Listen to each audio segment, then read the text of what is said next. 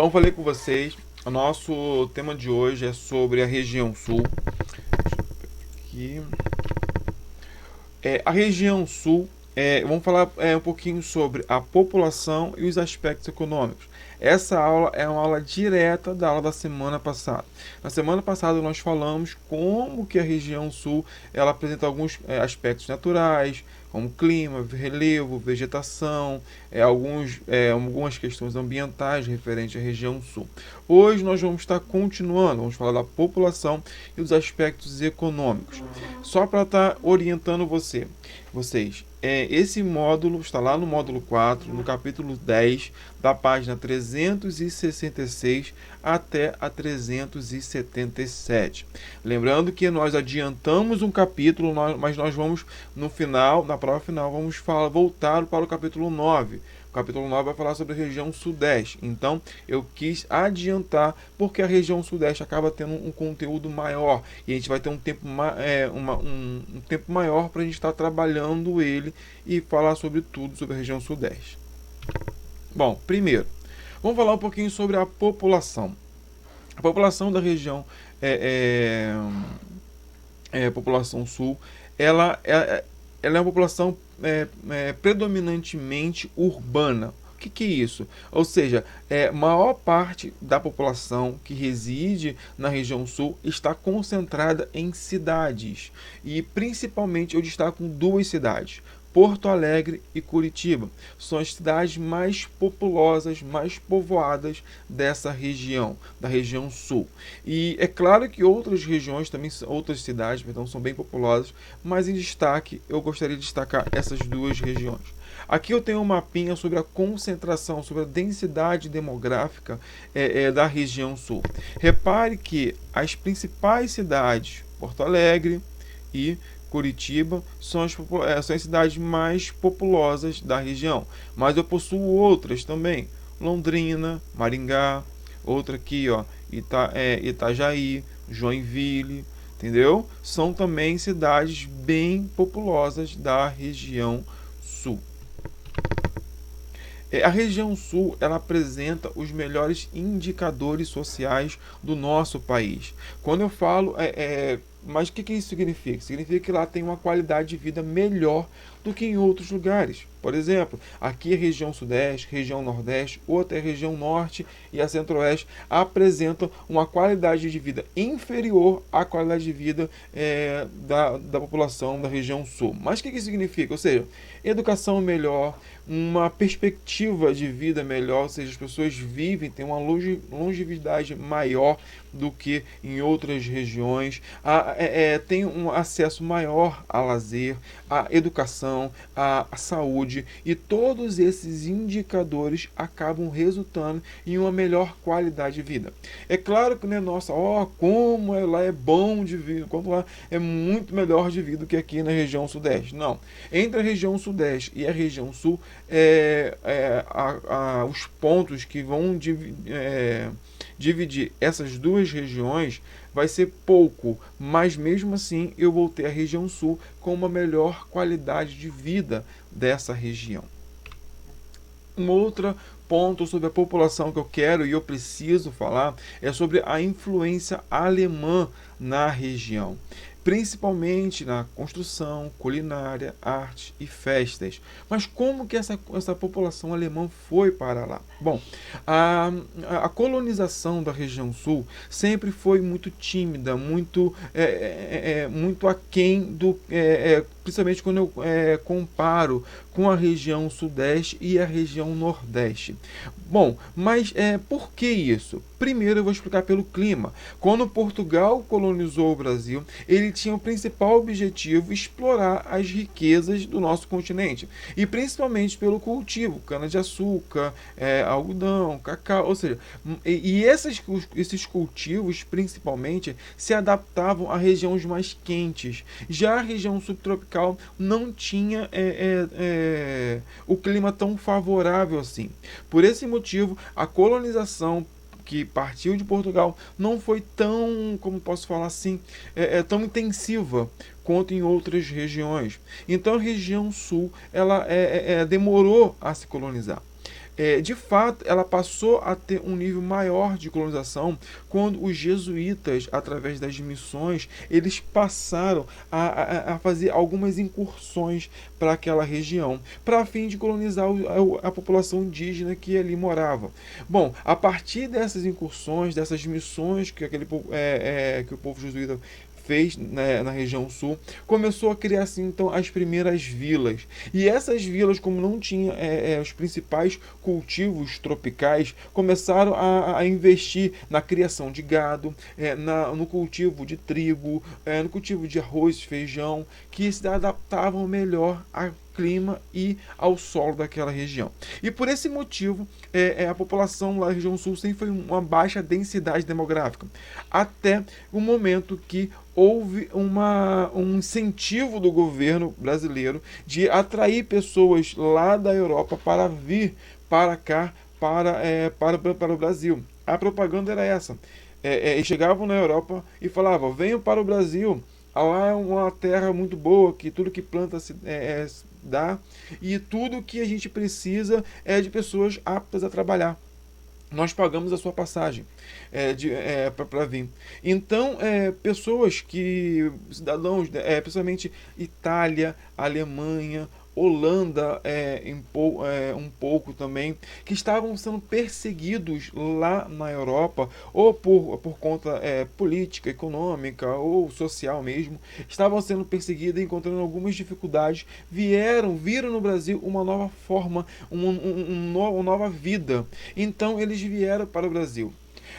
A colônia italiana ficou mais concentrada nas fazendas de café lá em São Paulo. Já a população alemã, por não se adaptar ao calor da região sudeste, migrou mais para a região sul. E essa região sul acabou recebendo toda essa população, como eu posso dizer, população alemã, que se adaptava melhor ao clima. E com isso, como tinha muitas famílias, essa população alemã começou a influenciar aquela população, com a sua arquitetura, com as suas festas, com a sua arte, com a sua culinária. E com isso, até hoje, a região sul, ela enfrenta uma grande influência da população alemã. Isso até em relação à cultura, muitas regiões, muitas pessoas saem de suas regiões para estarem lá nas festas, principalmente no orgulho da população alemã, nos descendentes que habitam lá. Eles fazem uma verdadeira festa nessas épocas. Aí nós temos, festas tradicionais, a culinária bem típica alemã, o vestimento é até conhecido por algumas pessoas como essas vilas, como a Europa brasileira, pela qualidade de vida, pelo clima e pela sua arquitetura, pela sua população, que basicamente é loura, os olhos azuis, totalmente diferente do Brasil. E é interessante observar que essa característica vai levar essa população a se distanciar da população brasileira. Ela não se reconhece como população brasileira, pelo menos uma boa parte dessa população não se reconhece, levando a alguns movimentos separatistas. Algumas comunidades, algumas pessoas dessa população, elas querem separar, criar um país totalmente independente do Brasil, se separar do Brasil. Vocês já ouviram falar já sobre esse movimento separatista? Hein, galera? Aonde a população da região sul quer sair, não quer mais fazer parte do Brasil, fazer parte de outro país? Já ouviram já? Não. Não. Não? Não.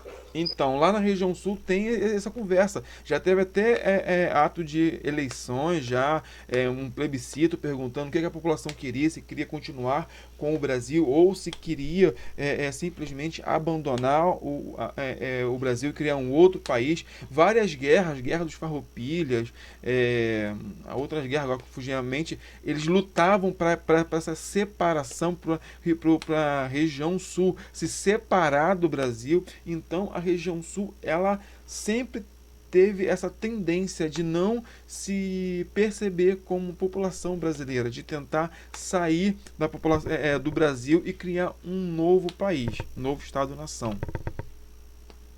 Bom, falar um pouquinho sobre a população. Todo mundo entendeu essa parte separatista, entenderam como funciona essa questão da população e tudo mais?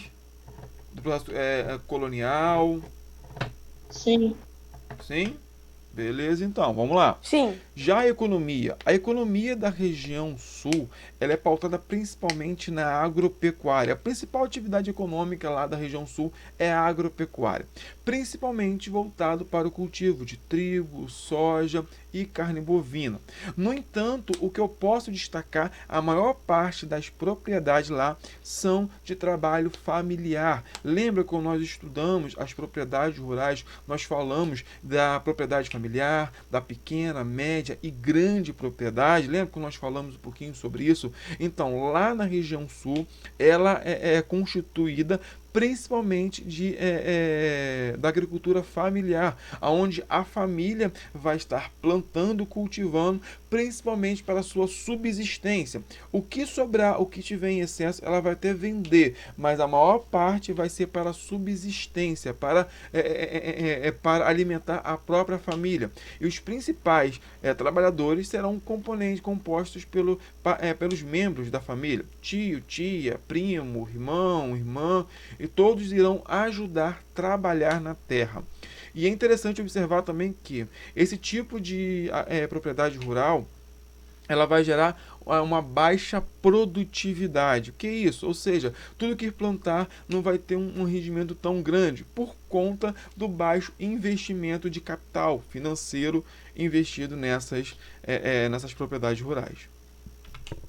Aí eu tenho algumas fazendas, ó, de agricultura familiar, aqui eu tenho a pecuária extensiva, onde o gado é criado solto. Já em outros, já assim aqui, ó, muita plantação de hortaliças, algum cultivo também, eu tenho algum maquinário, mas a maior parte das propriedades rurais na região sul são de pequenas e médias propriedades. No entanto, eu preciso destacar o papel importantíssimo das grandes propriedades que estão crescendo na região. A participação cada vez maior dessas grandes propriedades, com alto investimento tecnológico, tanto de maquinário quanto de estudo, como defensivos químicos, agrotóxicos, tudo isso tem ajudado, possibilitado o crescimento da agropecuária nessa região, principalmente da soja, do trigo, que se adapta muito bem nessa região. Para falar a verdade, a única região do Brasil que tem plantação em grande escala de trigo é a região sul, por conta do clima, e também a criação de gado também, que é muito favorável por conta das áreas mais planas. Então eu preciso destacar o importantíssimo papel dessa nova atividade econômica que está surgindo lá, que é o agronegócio, que está novo, não, tem algumas décadas já, mas nós vemos que o agronegócio lá está ganhando cada vez mais espaço, cada vez mais investimento dos proprietários rurais. Dúvida, gente? Não. Não? Tranquilo? Aqui eu tenho uma Sim. imagem, ó, muito interessante de como que essa agropecuária intensiva, ela tem ajudado, ela tem crescido na região. Agora eu quero que vocês abram o livro de vocês. Tem como abrir, por favor, o livro de vocês? Mas é Peraí, claro. vou pegar. Ó, o livro de vocês, módulo 4, página 330 e... Perdão, 374, falei errado.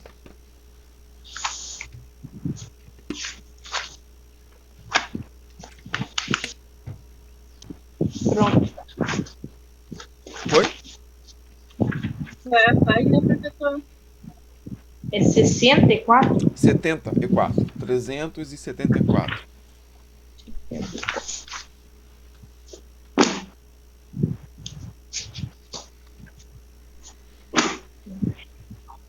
Existem aí, ó, duas tabelinhas nessa página aí, que é o que? De produção agropecuária Aí eu tenho os principais tipos de cultivos e os principais criações dessa região.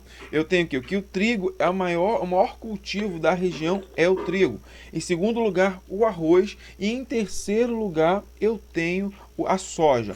Já na parte de criação, eu vou ter a carne bovina como a principal criação. Segundo, os suínos. E em terceiro, as aves. Então, marquem essa tabelinha para vocês estarem estudando, porque essas são as três principais tipos de cultivos e os três principais criações dessa região.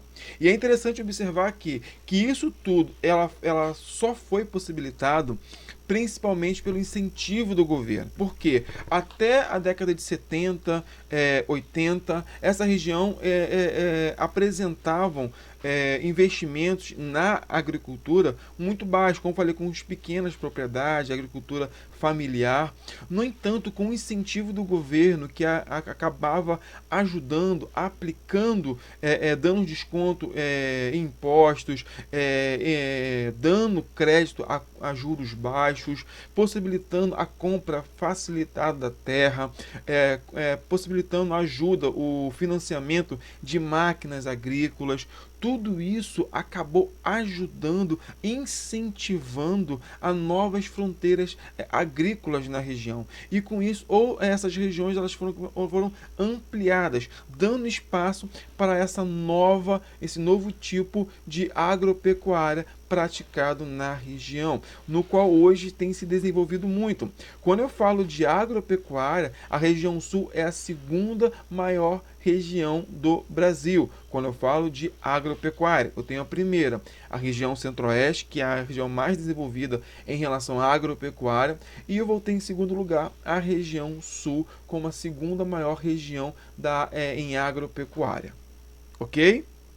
Todo mundo entendeu essa parte? Ficou com alguma dúvida? Sim. Não? Então, beleza, então. Vamos lá.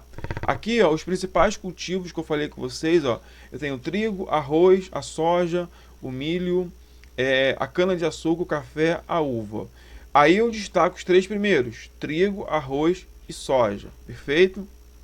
Olha só, olha a quantidade de apresentada. Já a criação, eu vou ter os bovinos, os suínos e as aves. Professor, uma coisa, esse negócio aí de produção de suíno, bovino, ave, na prova vai cair tipo, perguntando sobre pecuária extensiva, intensiva, não? Bom, vamos lá. Na prova não vai cair sobre a região sul, na prova final. A região sul vai cair agora na atividade avaliativa que vai começar na semana que vem, ok? Só para você se situar. A atividade avaliativa vai ser só em cima da região sul só. E provavelmente, aí como vai cair, eu não posso te dizer, senão você dá cola. Mas ela pode cair uma questão sobre os principais cultivos, as principais criações de animais. Pode cair uma questão sobre o tamanho da propriedade, se é propriedade familiar, se é moderna, se é tradicional. Aí depende da pergunta. Você tem que dominar tudo isso. Ok? Obrigado. Mas se eu te falar agora, não tem graça, né? Como é que vai cair? Beleza? Então vamos lá. Alguma outra dúvida? Não? Pra você ter uma ideia, gente, a criação de animais lá é tão importante que Paraná e Santa Catarina estão se colocando como os principais exportadores de carne suína e de aves para o mundo. Do Brasil, né? Os principais exportadores para o Brasil. Do Brasil, mas para o mundo, a região está se colocando como a maior exportadora, tanto da carne suína quanto de aves. Tem como alguém desligar o microfone aí? Bom, vamos lá. Segundo, partir agora para a indústria. É interessante observar que com o Mercosul, quem sabe o que é Mercosul? Primeiro, vamos lá. Quem sabe o que é Mercosul? É o Mercado do Sul? Mercado do Sul? Sim. Mas o quê? O que significa isso? O que é o Mercosul? Não sei. Não sabe? Mercosul, gente, é um bloco econômico. Um bloco econômico é um grupo de países que se reúnem para um ajudar o outro a crescer. E esse bloco econômico, ele tem algumas regras no qual os países precisam estar participando, precisam estar realizando, mas também existem algumas bonificações. Por exemplo, os países membros desse bloco econômico, no caso aqui é o Mercosul, qualquer coisa que eu produzir, eu posso levar de um país para o outro sem pagar taxa alfandegária.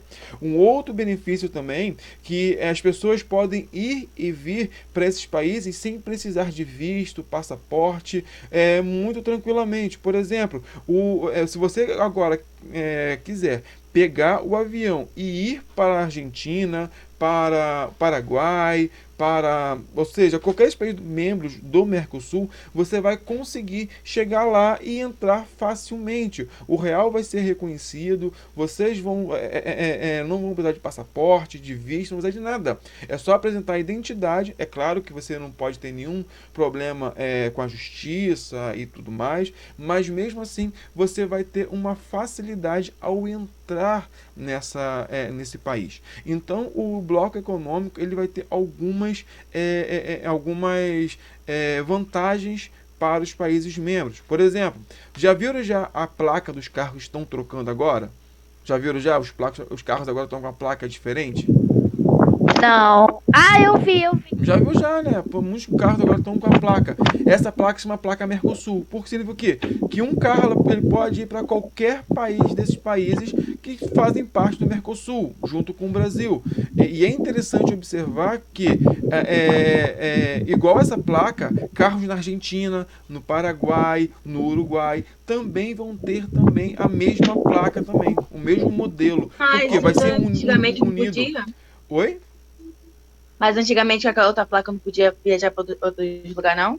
Não, carro, não? até poderia, mas não era unificado. Por exemplo, se um carro do Brasil saísse daqui e fosse para a Argentina, chegasse lá o policial na Argentina, quisesse verificar a placa daquele carro para saber, ele não tinha acesso, ele não conseguiria identificar da onde se o carro era roubado, se não é. Agora, como tudo está ficando interligado, se um policial da Argentina colocar uma placa de um carro brasileiro, ele vai ter acesso. Ele vai conseguir ver se o carro é roubado, se o carro não é roubado, da onde é aquele carro, quem é o dono daquele carro. Então acaba integrando mais essa participação entre os países, né?